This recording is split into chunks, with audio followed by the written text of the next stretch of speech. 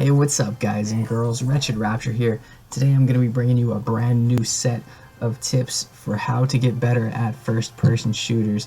My last video like this was pretty popular, keeps giving me a lot of activities. A lot of you have thanked me for my tips, said they really helped you out. So I just want to give you guys even more tips, continue to help you improve your game. And I do want to apologize briefly, because I know I have not been active in a very long time, and you guys have continued to support my channel and leave comments and likes and all that good stuff. So thank you very much. This gameplay is going to be Overwatch gameplay. This video actually starts with my third match of Overwatch, and didn't realize I was going to talk so damn much, so I decided to add part of my first match as well. I'm very clearly still learning how to play as I'm playing this match. Damn, that's a lot of using the word play, but you get the point. Anyway, I could probably have played all day and got you guys a much better gameplay, I'm sure of it, but I wanted to use this very early gameplay to prove to you guys that, you know, if you follow my tips and you use these general guidelines as you play, they really just apply to any first-person shooter, and they'll help you improve your game no matter which FPS you do choose to play. And just to let you guys know how I did, my first game I went 10-5, second game I went 5-4, and then this game you shall have to watch to find out. I'm not going to ruin that surprise for you. So, tip number one is going to be reload as often as you possibly can. And I wanted to throw this in here just because I was looking around trying to get ideas for this video. And I saw someone online say, never reload your gun if you've only used a few bullets. And I couldn't disagree more. And the reason being is as simple as this. You don't want to get stuck in a situation where you don't have those last couple bullets in your clip that you really need to finish off a kill or finish off a threat. And if there ever is an opportunity where you think it's a bad idea to reload because there's just too much going on, switch to your secondary if that's an option in the game that you're playing. Most often, more often than not, I can't think of any games off the top of my head in which this is not true, but switching to your secondary, at least if it's something small like a pistol, is much faster than reloading. So that extra second you can get on your opponent is always going to help you. Tip number two is strafe. I don't know how I didn't put this in my first video, probably because it comes so naturally to me. I've been doing this for so long, but someone commented on the last video and was like, yeah, when you shoot, move in a zigzag motion. And I was like, yeah, absolutely, that's totally true. And that is called strafing, my friend. But yes, any sort of movement left to right, that's what I'm referring to specifically as strafing. Sometimes it might even help to, you know, jump, crouch, teleport, because this is fucking Overwatch. Do a barrel roll. Whatever you need to do, any sort of extra movement that you can add while you're engaging with an opponent is going to make them harder to hit you, and that's exactly what you want. Oh, and while we're on the topic, absolutely do not stand still. If you engage an enemy and you're standing still and they know how to shoot even half decently, you're probably going to lose that fight. Also, just even if you're not engaging anyone really, when you're in the open, don't walk, don't stand still, run. And again, one of my friends gave me this tip when I was first starting, and he said, dude, you die a lot because when you're out in the open, you walk. You really need to stop doing that. And I can totally attest to the truth of that statement now. My third tip is going to be control higher ground whenever possible. I think this one's pretty obvious, but when you control higher ground, you open up more lines of sight to your enemy, and you also skew lines of sight of people trying to shoot up at you. Most likely, if you're on top of something, it's going to be covering part of your body, making you a smaller target. Even if that's not the case, it is a little awkward to shoot up, and even more true, people just forget to look up. Even me, sometimes. I forget to look up, so shooting down at people is a huge advantage. My fourth tip is going to be don't camp, and I know I said this in the first video, but I just wanted to sort of reiterate and expand on it a little. And I don't just say don't camp because it's annoying, but I just don't think it helps you really develop as a player. And also, I don't think campers necessarily do that well most of the time. Um, Someone pointed out, you know, don't camp only applies to kill-based game types like, you know, team deathmatch, Slayer, whatever it might be, and I can understand that. But when you're playing objective game types, I don't think camping is the best strategy either. Rather, I'd recommend patrolling the area around the objective as opposed to sitting in one spot and watching the objective.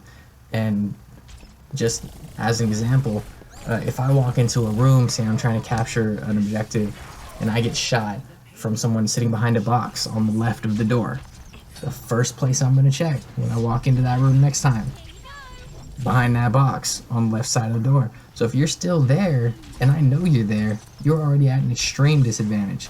As opposed to if you were patrolling, maybe you hit me from behind that box when I walked in last time. Next time I walk in, I'm freaking out. I check that box on the left. Now you're on the right, and you just got a free kill shooting me in my back. So patrol, don't camp. Step number 5 is going to be, hey, listen. But yeah, step number 5 is going to be listen. If this sort of ties in obviously to playing consciously, my first tip in the other video, and that's just anything that'll help you get the drop on your opponent. One of the best examples I have of this is I was playing with a friend one day, and he turns around and he kills somebody, and I was like, how the hell did you even know that guy was there?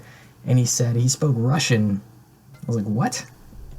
And the fact that he spoke Russian gave him away as an enemy because our team was American and we didn't speak Russian in the game. Now it doesn't have to be that fancy and, you know, that attentive, but, you know, anything you can hear, footsteps, pulling the pin on a grenade, reloading a clip, you can hear those things in game.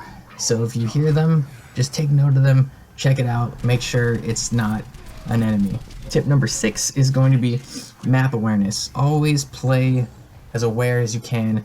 This obviously, again, is going to tie into, you know, knowing your maps and playing the game consciously, but more specifically I wanted to talk about make sure you pay attention to your radar if the game you're playing has one.